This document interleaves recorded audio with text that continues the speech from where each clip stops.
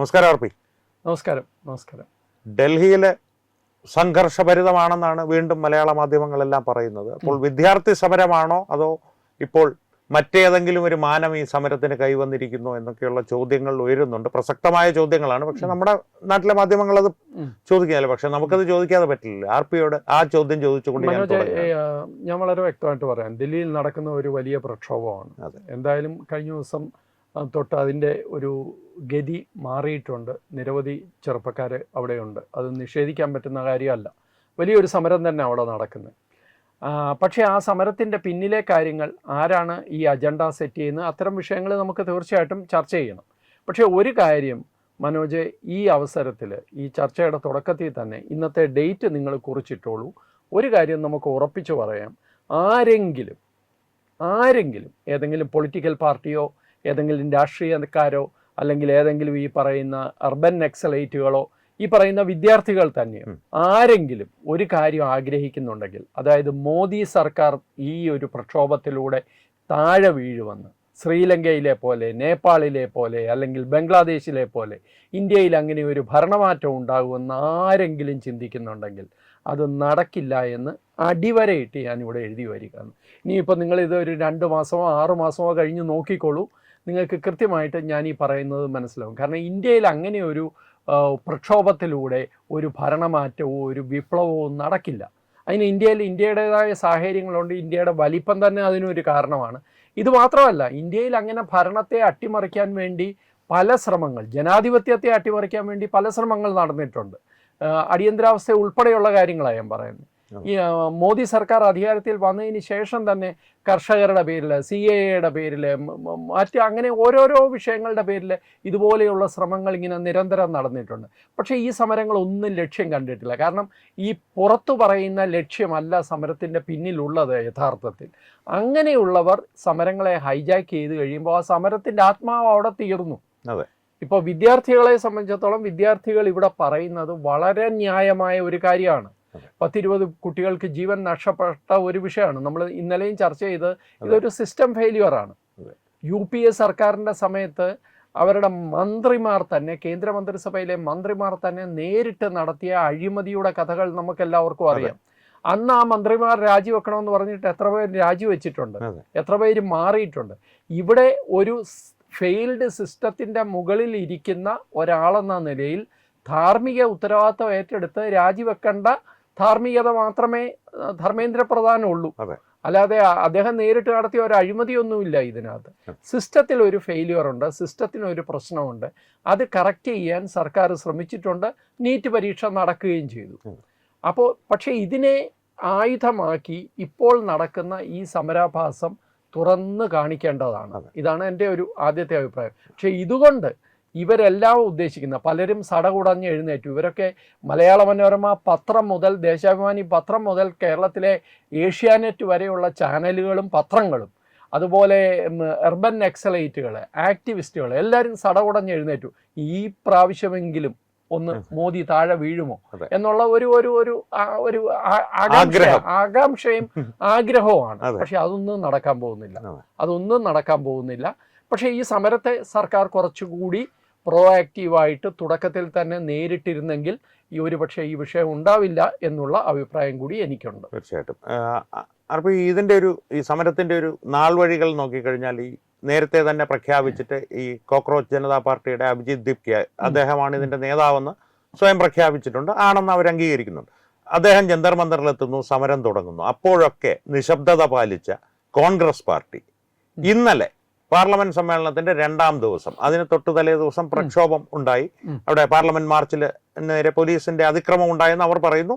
നാം വീഡിയോ കണ്ടതാണ് ആരാണ് അതിക്രമം തുടങ്ങിയെന്നുള്ളത്. അതിനുശേഷം രാഹുൽ ഗാന്ധി പെട്ടെന്ന് സടകുടഞ്ഞെഴുന്നേറ്റ് പ്രധാനമന്ത്രിയുടെ വസതി ആക്രമിക്കാനെന്നുള്ള രീതിയിൽ തന്നെ ഒരു മിന്നൽ സമരമെന്ന് നമ്മുടെ മാധ്യമങ്ങൾ, മലയാള മാധ്യമങ്ങൾ പേര് കൊടുത്ത് വളരെ വ്യക്തമല്ലേ എന്ന് മാത്രമല്ല, കോൺഗ്രസിന്റെ പൊളിറ്റിക്കൽ ലീഡേഴ്സ് രാഹുൽ ഗാന്ധിയെ മാറ്റി നിർത്തിയ അദ്ദേഹം വിദേശത്തായിരുന്നു, അദ്ദേഹം ഇവിടെങ്ങും ഇല്ലായിരുന്നല്ലോ. അദ്ദേഹത്തിന്റെ മുഖത്ത് ആ വിദേശ യാത്രയുടെ നല്ല ക്ഷീണം കാണാനുമുണ്ട്. അല്ലാതെ പോലീസ് എടുത്തുകൊണ്ട് പോയപ്പോഴത്തെ ക്ഷീണമൊന്നും അല്ല. അദ്ദേഹത്തിന്റെ കണ്ണുകളൊക്കെ നോക്കിയാൽ നിങ്ങൾക്കറിയാം. ഞാൻ അതിലേക്ക് പോകുന്നില്ല.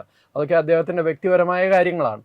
പക്ഷേ രാഹുൽ ഗാന്ധി ഇതിനകത്ത് സജീവമായി ഇടപെടുന്നവരെ കോൺഗ്രസിൻ്റെ ഒരു ചിന്ത, അവരുടെ സ്ട്രാറ്റജി എന്ന് വെച്ചാൽ ഈ സമരത്തിൽ ഇടപെടരുത് എന്ന് തന്നെയായിരുന്നു.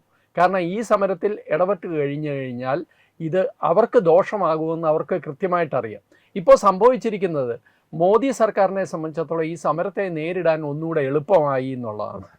വിദ്യാർത്ഥികൾ മാത്രമാണ് ഈ സമരം നടത്തിയിരുന്നത്, ന്യായമായ ആവശ്യമാണ് എന്ന തോന്നൽ പൊതുവായിട്ട് ജനങ്ങൾക്കും ഉണ്ട്. അപ്പോൾ അങ്ങനെയാണെങ്കിൽ അത് നേരിടാൻ മോദി സർക്കാരിന് അല്പം വിഷമം വന്നേനെ. ഇതിപ്പോൾ കോൺഗ്രസ് ഇന്നലെ ഹൈജാക്ക് ചെയ്തു. ആ പവൻ ഖേരയൊക്കെ പുറകിൽ നിന്ന് തുള്ളിച്ചാടുകയാണ് സന്തോഷം കൊണ്ട്. അവരുടെ സമരമല്ല, അവരുണ്ടാക്കിയ പ്രക്ഷോഭമല്ല, അവരുന്നയിക്കുന്ന ആവശ്യങ്ങളുമല്ല, വല്ലവരും നടത്തുന്ന സമരത്തിൽ ചാടി ചെന്നിട്ട് ഷോ കാണിക്കുന്ന ഗതികേട്. അതായത് കോൺഗ്രസ് ഇത്തരം വിഷയങ്ങളിലെ ഒരു ആഞ്ഞു പിടിച്ച ഒരു പ്രക്ഷോഭം നേരെ ചൊവ്വേ നടത്തിയിട്ടില്ല ഈ വർഷങ്ങളൊന്നും. ആദ്യമായിട്ട് നമ്മൾ സമരമുഖത്ത് വർഷങ്ങൾക്ക് ശേഷം ഈ മനുഷ്യനെ കാണുന്നത്, രാഹുൽ ഗാന്ധിയെ കാണുന്നത് വല്ലവരും നടത്തുന്ന സമരത്തിലാണ്. അതിൻ്റെ ഏറ്റവും അവസാനം ചെല്ലുന്നതാണ്. അതിൽ വലിയ അതൃപ്തി ഈ CJPയുടെ ആൾക്കാർക്ക്, കോക്രോച്ച് പാർട്ടിയുടെ ആൾക്കാർക്ക്, വിദ്യാർത്ഥികൾക്കുണ്ടെന്നേ. ഇതിപ്പോൾ നിങ്ങൾ തന്നെ കേട്ട് കാണും, ഇഷ്ടം പോലെ പ്രതികരണങ്ങൾ വന്നിട്ടുണ്ട്, പല പ്രതികരണങ്ങളും വന്നിട്ടുണ്ട്. എന്തിനാണ് കോൺഗ്രസ് ഇതിനകത്ത് വരുന്നത്? രാഹുൽ ഗാന്ധിയോടുള്ള ഇഷ്ടം കൊണ്ടൊന്നും അല്ല ആ പിള്ളേരവിടെ നിൽക്കുന്നത്. പിള്ളേർക്ക് അവരുടേതായ ആവശ്യങ്ങളുണ്ട്. പക്ഷെ അവിടെ വന്നിരിക്കുന്ന ആൾക്കാർ പലരും ഈ വിദ്യാർത്ഥികളല്ല, നീറ്റ് എന്താണെന്ന് അറിയുന്നവരല്ല, ഈ പറയുന്നത് പോലെ എന്തിനാണ് ഈ സമരമെന്ന് പോലും മനസ്സിലാക്കുന്നവരല്ല. ഒരു ആൾക്കൂട്ടം വന്നു കഴിഞ്ഞപ്പോൾ ആ ഒരു ഫ്രസ്ട്രേഷൻ മുഴുവൻ തീർക്കാൻ ഇതെങ്കിൽ ഇത് ഒരവസരമായിട്ട് ഉപയോഗിക്കാൻ വേണ്ടി വന്ന ഗുണ്ടകളും എല്ലാം ഉണ്ട്. നമ്മൾ കണ്ടല്ലോ, ഒരു മാധ്യമ പ്രവർത്തകയെ, ആ വിഷ്വൽ ഉണ്ടെങ്കിൽ ഒന്ന് കാണിക്കാം, മാധ്യമ പ്രവർത്തകയെ ഉപദ്രവിക്കുന്നത്, കല്ലുകൾ നിറച്ച ട്രക്ക് വന്നത്, ഇതൊക്കെ വേറെ ആരെങ്കിലും കൊണ്ടുവന്നതാണെന്ന് പറയുന്നുണ്ട്. അതായത് അവർ അവകാശപ്പെടുന്നത് ഇതാ വേറെ ആരോ കൊണ്ടിട്ട് ഞങ്ങളെ ബദനാം കർണയ്ക്കില്ലേ, ഞങ്ങളുടെ പേര് മോശമാക്കാൻ കൊണ്ടുവന്നതാണെന്ന് പറയുന്നത്. അങ്ങനെയാണെങ്കിൽ വളരെ വ്യക്തമായ വേറൊരു വിഷ്വലുണ്ട്, നിരന്ന് നിൽക്കുന്ന പോലീസുകാരുടെ നേരെ പെപ്പർ സ്പ്രേ ഉപയോഗിക്കുന്നു. ഒരു വിദ്യാർത്ഥി തന്നെ വന്നാണ്, അവനെ പിന്നെ കൈകാര്യം ചെയ്യത്തില്ലേ പോലീസ്? അതുപോലെ ഒരു RAF ഒറ്റപ്പെട്ടു പോയ ഒരു റാപ്പിഡ് ആക്ഷൻ ഫോഴ്സിന്റെ ഒരു ഉദ്യോഗസ്ഥനെ, യൂണിഫോം ഇട്ട ഒരു ചെറുപ്പക്കാരനെ ഇവരെല്ലാം കൂടെ തല്ലുന്നത്. അത് അഭിജിത് ദീപ്കെ പാർലമെന്റ് മാർച്ചിലുള്ള ആഹ്വാനം ചെയ്തുകൊണ്ടിരിക്കുന്ന സമയത്താണ് ഈ സംഭവം നടക്കുന്നത്. വ്യക്തമായിട്ട് ആ വിഷ്വൽസിൽ നിങ്ങൾക്ക് കാണാം. അയാൾ അത് തടയാൻ ശ്രമിക്കുന്നുണ്ട്, പക്ഷെ അയാളെ കൈകാര്യം ചെയ്യാണ്. ഒരു ഉദ്യോഗസ്ഥൻ അല്ലെങ്കിൽ ഒരു വിദ്യാർത്ഥി ഈ അക്രമത്തിൽ കൊല്ലപ്പെടുകയാണെങ്കിൽ എന്തായിരിക്കും സ്ഥിതി? കൊല്ലപ്പെടണമെന്ന് ഇവർക്ക് ആഗ്രഹമുണ്ട്. അങ്ങനെ ഒരു ചാറ്റും പുറത്തു വന്നിട്ടുണ്ട്. ഇത് മനോജ്, ഒരു സംശയം വേണ്ട, ഇത് കൃത്യമായ ഒരു ടൂൾ കിറ്റ് ആണ്. ഇപ്പൊ എപ്പോ രാഹുൽ ഗാന്ധി വിദേശത്ത് പോയാലും അതിനുശേഷം ഇവിടെ ഒരു സംഭവ വികാസം ഉണ്ടാവുന്നുണ്ട്. ഇതൊരു കൃത്യമായ പാറ്റേൺ ഉണ്ട്. എന്തുകൊണ്ടാണ് സർക്കാർ അത് ശ്രദ്ധിക്കാത്തതെന്ന് എനിക്കറിയില്ല, പക്ഷെ കൃത്യമായ ഒരു പാറ്റേൺ ഉണ്ട്. ഇതൊരു ടൂൾ കിറ്റ് ആണ്. വേറൊരു ഇത് സന്ദേശം പുറത്തു വന്നിട്ടുണ്ട്, 65,000 രൂപ വെച്ച് കൊളാബ് ചെയ്യുന്നതിന് ആൾക്കാർക്ക് ലഭിക്കുമെന്നും പറഞ്ഞുകൊണ്ട് അങ്ങനെ ഒരു ക്യാമ്പയിൻ വന്നിട്ടുണ്ട്. അപ്പൊ ഇതെല്ലാം വളരെ കൃത്യമായി ഇവർ പ്ലാൻ ചെയ്യുന്നു. ഞാൻ പറയുന്നത് ഇത്രയേ ഉള്ളൂ, നീറ്റിൻ്റെ എക്സാമിൽ ഒരു ഫെയിലിയർ ഉണ്ടായിട്ടുണ്ട്, അതിലൊരു പ്രശ്നം ഉണ്ടായിട്ടുണ്ട്, അതിൽ നിരവധി വിദ്യാർത്ഥികൾ വലിയ സമ്മർദ്ദത്തിലായിട്ടുണ്ട്, ചില കുട്ടികളൊക്കെ ആത്മഹത്യ ചെയ്തിട്ടുണ്ട്. അതൊരു പ്രശ്നമാണ്. ആ പ്രശ്നത്തെ ഉപയോഗിച്ചുകൊണ്ട് ഭാരതത്തിനുള്ളിൽ അരാജകത്വം സൃഷ്ടിക്കുന്ന രാഷ്ട്രീയ ശക്തികൾ, സാമൂഹിക വിരുദ്ധ ശക്തികളെ വേറൊന്നായി കാണണം. ഇതിനെ രണ്ടിനെയും രണ്ടായിട്ട് കാണണം. ഡൽഹിയിലുള്ള ഈ സമരം ചെയ്യുന്ന വിദ്യാർത്ഥികൾക്ക് ഇപ്പോൾ ചില ആൾക്കാർക്കെങ്കിലും അത് ബോധ്യമായിട്ടുണ്ട്. ഒരാൾ നിന്ന് പറയുകയാണ്, അയാൾ സ്വയം പരിചയപ്പെടുത്തുന്നത് കോടതിയിലെ, സുപ്രീം കോടതിയിലോ മറ്റോ പ്രാക്ടീസ് ചെയ്യുന്ന അഡ്വക്കേറ്റ് ആണെന്നാണ്. സത്യമാണെന്നോ നമുക്കറിയില്ല. ഇന്ത്യ 7 കഷ്ണങ്ങളായിട്ട് പോയാൽ നമുക്കെന്താണ് കുഴപ്പം? എനിക്കൊരു കുഴപ്പമില്ല എന്ന് അയാൾ പറയുന്നത്. വേറൊരാള് വളരെ മോശമായ 4 ലെറ്റർ വേർഡാണ് ഉപയോഗിക്കുന്നത്. ആർക്കെതിരെ? BJPക്കെതിരെ, RSSനെതിരെ, ഗവൺമെന്റിനെതിരെ, ഇന്ത്യൻ ആർമിക്കെതിരെ. Fuck Delhi police, fuck BJP, fuck Indian army, माँ की चूत तुम्हारी बड़ी गई थी। मैं पूरे देश के इंडियन आर्मी से हाथ जोड़ के माफी मांगता हूँ। मेरे को अपनी बात का गिल्ट है, मेरे को अपनी बात से बहुत ज्यादा गिल्ट है कि मैंने इंडियन आर्मी को गाली दी थी। मैंने बीजेपी को गाली दी, मैं बीजेपी के सारे कार्यकर्ताओं से हाथ जोड़ के माफी मांगता हूँ जिनको मेरी बातों का बुरा लगा है। मैं पूरे देशवासियों से माफी मांगता हूँ जिनको मेरी बातों का बुरा लगा है। उसमें कल बहुत ज्यादा सिचुएशन बहुत बुरी हो गई थी CJP के प्रोटेस्ट में। मैं बहुत ज्यादा फ्रस्ट्रेटेड था, मेरे से कैसे वो वर्ड्स निकल गए मुझे नहीं पता सच में। मैंने बहुत सारी वीडियो अपलोड करी थी जिसमें वो वीडियो बीच में अपलोड हुई, मेरे को नहीं पता था वो वीडियो अपलोड हुई है। देखो मैंने वीडियो शूट करी, वही बड़ी बहुत गंदी बात है, मतलब गलत बात है, वो नहीं करनी चाहिए थी। इंडियन आर्मी का नाम भी नहीं लेना चाहिए था। मेरे को अपनी बात का बहुत ज्यादा गिल्ट है। आई एम सॉरी, मुझे जिसको मेरी बात को बुरा लगा है, हाथ जोड़ के उनसे माफी मांगता हूँ। पूरे देशवासियों से माफी मांगता हूँ जिन जिनों को मेरी बात को बुरा लगा। അപ്പോൾ എല്ലാ അർത്ഥത്തിലും ഈ അർബൻ നക്സലൈറ്റുകളും അരാജകവാദികളും അവിടെ അവരുടെ ഒരു ആധിപത്യമാണ് ആ സമരമുഖത്ത് ഇപ്പോൾ നടക്കുന്നത്. യഥാർത്ഥ വിദ്യാർത്ഥികളുടെ പ്രശ്നങ്ങളും ഒക്കെ പുറമോട്ട് പോയിട്ടുണ്ട്. തീർച്ചയായിട്ടും ഖാലിസ്ഥാനികളും വന്നിട്ടുണ്ട് അതിന്റെ ഇടയിലേക്ക്. പോലീസുകാരെ ഞങ്ങൾ ഒരു ട്വീറ്റ് കാണിക്കാം. അത് ഒരു ഐഡിന്ന് 2024 വന്ന ട്വീറ്റാണ്. അതായത് ഇതൊക്കെ കൃത്യമായി പഠിക്കുന്ന ആൾക്കാരുണ്ട്. അയാൾ പറയുകയാണ്, ഇനിയും നിങ്ങൾ നോക്കിക്കോളൂ, 2024 ട്വീറ്റാണ്, ഇനിയും നിങ്ങൾ നോക്കിക്കോളൂ, ഇവിടെ വൻ ജനകീയ പ്രക്ഷോഭങ്ങൾ നടക്കാൻ പോവുകയാണ്, മോദി സർക്കാരിനെതിരെയുള്ള ഗൂഢാലോചനയാണ് എന്നാണ് അയാൾ പറയുന്നത്. അയാൾ എഴുതിയിരിക്കുന്നത്, 1 നീറ്റിന്റെ പേരിൽ സമരം ഉണ്ടാവും, 2 IMAയുടെ സമരം ഉണ്ടാവും, മെഡിക്കൽ അസോസിയേഷന്റെ സമരം ഉണ്ടാവും, പിന്നെ ഈ പറയുന്ന പോലെ കർഷക സമരം വീണ്ടും ഉണ്ടാകും, മുസ്ലിങ്ങളുടെ നേതൃത്വത്തിൽ ഇവിടെ പ്രക്ഷോഭം ഉണ്ടാവും അവരുടെ വിഷയങ്ങളിൽ, ഖാലിസ്ഥാനി തീവ്രവാദികളും പ്രക്ഷോഭത്തിന് ഇറങ്ങും. ഇത് 2024 ഒരാൾ എഴുതിയാണ്. ഇനിയും കൂടുതൽ പ്രക്ഷോഭങ്ങൾ ഉണ്ടാകും എന്ന് പറഞ്ഞാണ് അയാളുടെ ആ ട്വീറ്റ് നമുക്ക് കാണിക്കാമെന്ന് തോന്നുന്നു. അപ്പൊ ഇങ്ങനെ എല്ലാ അർത്ഥത്തിലും വളരെ കൃത്യമായി ആസൂത്രണം ചെയ്ത ഒരു പരിപാടിയാണ്, സ്പോൺസേർഡ് പരിപാടിയാണ് ഈ നടക്കുന്നത്. രാഹുൽ ഗാന്ധി ഓടിച്ചെന്നിട്ട് അവിടെ അതിൻ്റെ നേതൃത്വം ഏറ്റെടുക്കാൻ ശ്രമിക്കുന്നു. എനിക്ക് തോന്നുന്നത് അത് തന്നെ ഈ സമരത്തിൻ്റെ ആത്മാവ് തീർത്തു. കാരണം എന്ന് വെച്ച് കഴിഞ്ഞാൽ ഒരു രാഷ്ട്രീയ പാർട്ടി അത് ഹൈജാക്ക് ചെയ്യുന്നതോടുകൂടി, ഇപ്പം ഇന്നലെ തന്നെ മുഖ്യമന്ത്രിമാരെ വേറെ കാരണം പറഞ്ഞ് വിളിപ്പിച്ചു. 2 മുഖ്യമന്ത്രിമാരാണ്, ശിവകുമാറും വി ഡി സതീശനും, രണ്ടുപേരെ വേറെ കാര്യം പറഞ്ഞ് വിളിപ്പിച്ചു കഴിഞ്ഞിട്ട് നേരെ ജന്തർ മന്ദറിലേക്ക് കൊണ്ടുപോകുന്നു, അവിടെ ഇരുത്തുന്നു. വി ഡി സതീശന്റെ ഒക്കെ മുഖത്ത് അതിന്റെ ഒരു അസ്വസ്ഥത എനിക്ക് ഫീൽ ചെയ്തു. നിങ്ങൾ കണ്ടപ്പോൾ നിങ്ങൾക്ക് തോന്നിയോന്ന് എനിക്കറിയില്ല. തീർച്ചയായിട്ടും എന്തായാലും കയ്യിൽ സിപ് ടൈകൾ കെട്ടിയിട്ട് ഈ കെട്ടുന്നൊരു കെട്ടിയൊരു സിംബോളിസം പോലീസുകാർ വിലം കെട്ടിരിക്കുകയാണ് എന്നൊക്കെ പറഞ്ഞ് ഇതൊക്കെ ജനങ്ങൾക്ക് മനസ്സിലാവുമെന്ന്. ഇതൊക്കെ ജനങ്ങൾക്ക് മനസ്സിലാവും. ഒരു അഴിമതിയില്ല, ഒരു കേന്ദ്രമന്ത്രിയുമായി ബന്ധപ്പെട്ട ഒരു അഴിമതി കഥയില്ല, ഇടപാടുകളിൽ അഴിമതിയില്ല, സുതാര്യമാണ്, വലിയ തോതിൽ ഡെവലപ്മെന്റ് നടക്കുന്നു, വലിയ തോതിൽ രാജ്യം മുന്നോട്ട് കുതിക്കുന്നു. ഇതെല്ലാം നടക്കുമ്പോൾ മറുവശത്ത് ഇതുപോലെയുള്ള പണികൾ ചെയ്യുന്ന വിദ്യാർത്ഥികൾ ഞാൻ ഇപ്പോഴും പറയുന്നു, വിദ്യാർത്ഥികൾ ന്യായമായ ഒരാവശ്യം പറഞ്ഞ് അവർ സമരം ചെയ്യുമ്പോൾ ആ സമരത്തെ ഉപയോഗിക്കാനാണ് ഈ രാഷ്ട്രീയ കാട്ടാളന്മാർ ഉപയോഗിക്കുന്നത്. രാജ്യവിരുദ്ധ സമരമാക്കി അതിനെ മാറ്റാൻ അവർ ശ്രമിക്കുകയാണ്. തീർച്ചയായിട്ടും. അപ്പൊ ഈ പറഞ്ഞതിൽ തന്നെ മുഖ്യമന്ത്രിമാരെ 2 പേരെ വിളിച്ചു, അതിലൊരു കൃത്യമായിട്ടുള്ള ഒരു ആസൂത്രണ സ്വഭാവമില്ലേ? ഇന്നലത്തെ ആസൂത്രണ സ്വഭാവം തന്നെയാണത്. ഇത് ആസൂത്രണം ചെയ്താണ്. അതായത് കിട്ടിയ ഒരു അവസരം എന്നാ നോക്കാം നമുക്ക്. കാരണം അത്രയ്ക്ക് ഫ്രസ്ട്രേഷൻ ഉണ്ട്. ഇന്ന് മനോരമയൊക്കെ നിങ്ങൾ കാണണം, മലയാള മനോരമ. ഞാൻ ആലോചിക്കുക, ഇവരൊക്കെ എത്ര ഫ്രസ്ട്രേഷൻ ഉള്ളിൽ ഒതുക്കിയാണ് ഇത്രയും വർഷങ്ങൾ ജീവിക്കുന്നത്. ഒരു അവസരം കിട്ടുമ്പോൾ രാഹുൽ തീയായി, കാറ്റായി, കൊടുങ്കാറ്റായി എന്നൊക്കെ പറഞ്ഞ് അങ്ങ് എഴുതി വിടുകയാണ്. രാഹുലിന്റെ സമരമേ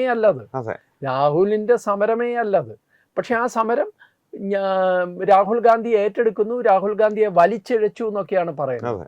എവിടെയായിരുന്നു ഈ രാഹുൽ ഗാന്ധി ഇത്രയും ദിവസം എന്ന് ഒരാൾ പോലും അത് ചോദിക്കുന്നില്ല.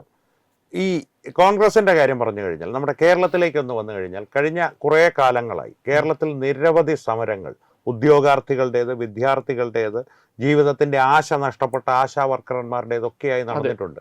ഒരു 2020 ഓണത്തിന്റെ സമയത്ത്, ഓണത്തിന്റെ തലേ ദിവസം അനു എന്നൊരു വിദ്യാർത്ഥിയല്ല, ഒരു ഉദ്യോഗാർത്ഥി PSCയുടെ റാങ്ക് ലിസ്റ്റ് എക്സ്പയർ ആയി കാലഹരണപ്പെട്ടതിനെ തുടർന്ന് ആത്മഹത്യ ചെയ്ത് ഒരു സംഭവം ഞാൻ ഉദാഹരണമായി പറയും. മണ്ണ് വാരി തിന്നുന്നത് PSC ഉദ്യോഗാർത്ഥികൾ സെക്രട്ടേറിയറ്റിന് മുമ്പിൽ മുട്ടുകുത്തി നടന്ന് സമരം ചെയ്യുന്നത്, ഇതെല്ലാം ഓണത്തിന്റെ തലേന്നൊക്കെ ആയിട്ടുണ്ടായിട്ടുണ്ട്. അപ്പോഴൊന്നും രാഹുൽ ഗാന്ധി പോട്ടെ, VD സതീശൻ ഉൾപ്പെടെയുള്ളവർ ഈ സമര പന്തലിലെത്തി. വളരെ വ്യക്തമല്ലേ, ആശാ വർക്കർമാര് എത്ര നാള് കടന്നു. ഇവരൊക്കെ ചെന്നിട്ട് അവിടെ ഇങ്ങനെ ലിപ് സർവീസ് വാക്കുകൊണ്ട് കുറെ സഹതാപം പ്രകടിപ്പിച്ചതല്ല, ഇവരും മിണ്ടിയില്ല. ഇപ്പൊ ഇടതുപക്ഷത്തിന്റെ MA ബേബി ഒക്കെ അവിടെ ചെന്ന് ആക്രോശിക്കുന്നുണ്ട്. ഒരക്ഷരം മിണ്ടിയില്ല. ഇവിടുത്തെ സമരത്തിന് ഐക്യദാർഢ്യം പോയിട്ട് ഒരു സഹതാപം പ്രകടിപ്പിക്കാൻ ഒരുത്തനെ ആ വഴി പോയത് നമ്മൾ കണ്ടിട്ടുണ്ട്. PSC എന്ന് പറയുന്ന ഒരു സംവിധാനം അതെന്താ വിദ്യാർത്ഥികളുമായി ബന്ധപ്പെട്ടതല്ലേ? ഉദ്യോഗാർത്ഥികൾ എന്ന് പറയുന്ന ഈ നാട്ടിലെ ചെറുപ്പക്കാരല്ലേ? ആ ചെറുപ്പക്കാരുടെ ജീവിതം കുട്ടിച്ചോറാക്കുന്ന, അവരുടെ ഭാവി അടച്ചു പോകുന്ന, അല്ലെങ്കിൽ ആ രീതിയിലല്ലേ PSCയിൽ ഇപ്പോൾ അഴിമതി നടക്കുന്നത്? സ്വന്തക്കാരെ കുത്തിത്തിരുകാൻ വേണ്ടി സകല നിയമങ്ങളും മാറ്റിമറിച്ച് ഈ ഇടത് വലത് മുന്നണികൾ ഈ PSC എന്ന് പറയുന്ന സംവിധാനം തന്നെ ഒരു വലിയ വെള്ളാനയാണ്. ഈ ഉദ്യോഗാർത്ഥികൾക്ക് ആർക്കും തന്നെ അവർ അർഹിക്കുന്ന ഒന്നും കിട്ടുന്നില്ല. പകരം പിൻവാതിലിലൂടെ മറ്റു പലതുമാണ് നടക്കുന്നതെന്ന് ഇപ്പോൾ എല്ലാവരും പറയുന്നുണ്ട്. എന്നിട്ട് ഇതിനെക്കുറിച്ചൊരു കൺസേൺ ഇല്ല. അപ്പോൾ കേരളത്തിൽ ഇതൊക്കെ നടക്കുമ്പോൾ ഇതൊന്നും ബാധിക്കുന്നത് ഇവിടുത്തെ യുവതലമുറയല്ലേ? ഒരാളും ആ ചോദ്യം ചോദിക്കുന്നില്ല. അപ്പം ഇതെല്ലാം രാഷ്ട്രീയമാണ് മനോജ്. അതായത് ജന്തർ മന്ത്രി നടക്കുന്നത് മാത്രമാണ് സമരം. കാരണം അത് മോദിക്കെതിരെ, കാരണം കേന്ദ്ര സർക്കാരിനെതിരെ.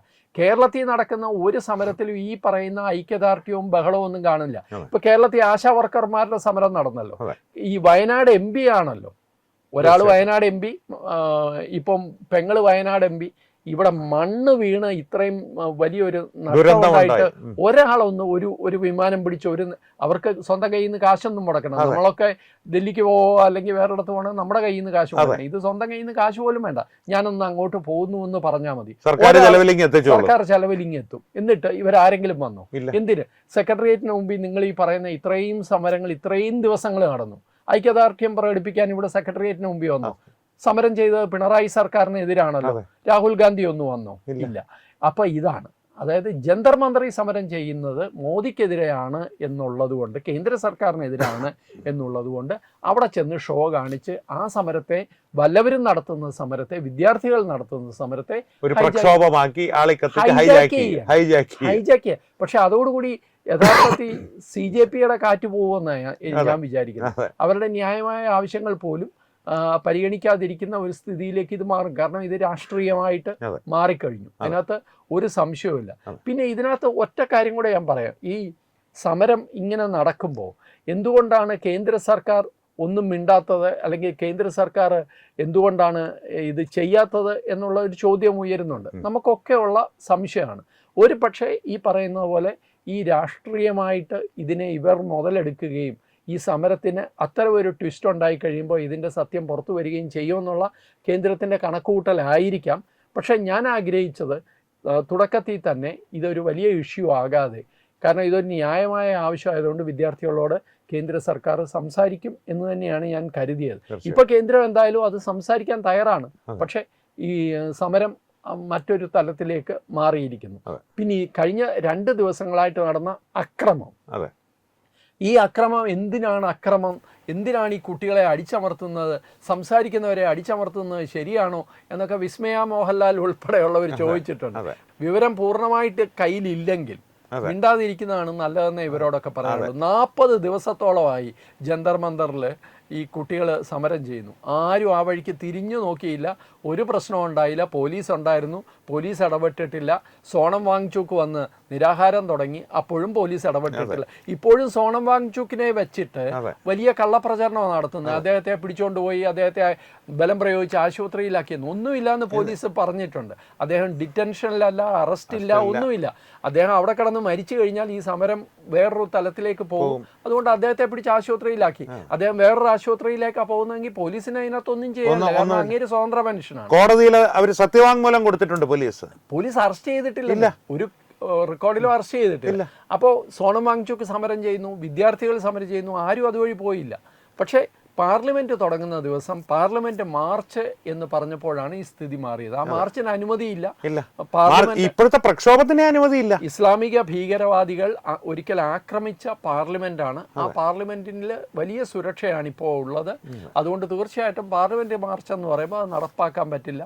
അതുകൊണ്ട് തീർച്ചയായിട്ടും പോലീസ് ഇടപെടുമെന്ന് ഇവർക്കും അറിയാമായിരുന്നു. അല്ലാതെ വിദ്യാർത്ഥികളെ അടിച്ചു തീർത്തൊന്നുമല്ല.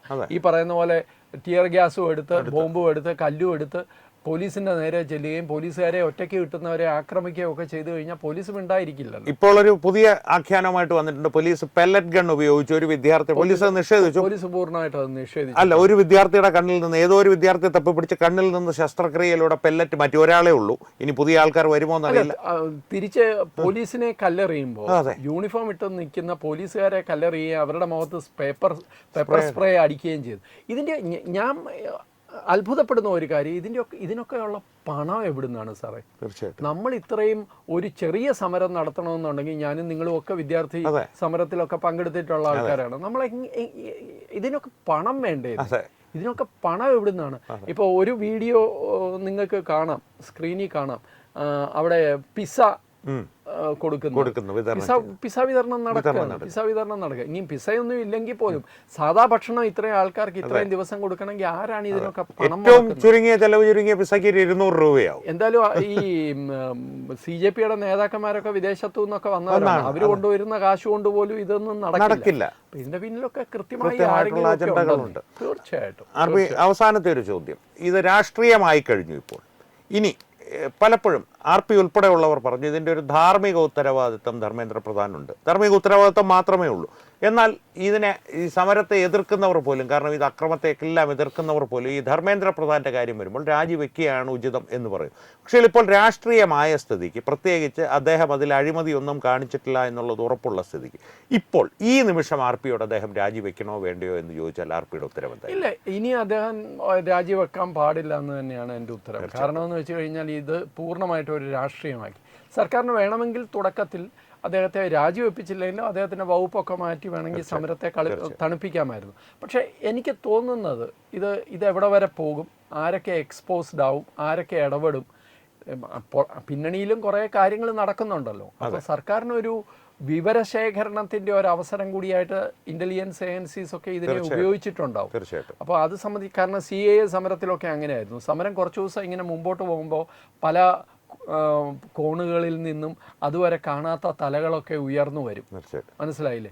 അപ്പോൾ ഇതിൻ്റെ ഒരു വൈഡ് നെറ്റ്വർക്ക് നമുക്ക് ആരൊക്കെയാണ് എന്ന് മനസ്സിലാക്കാൻ ഏജൻസികൾക്കൊരു സഹായമാണ്. കാരണം ഇതെന്തായാലും ഒരു കൂട്ടം വിദ്യാർത്ഥികൾ മാത്രം വിചാരിച്ചാൽ നടക്കുന്ന ഒരു സമരമല്ല ഈ രീതിയിൽ.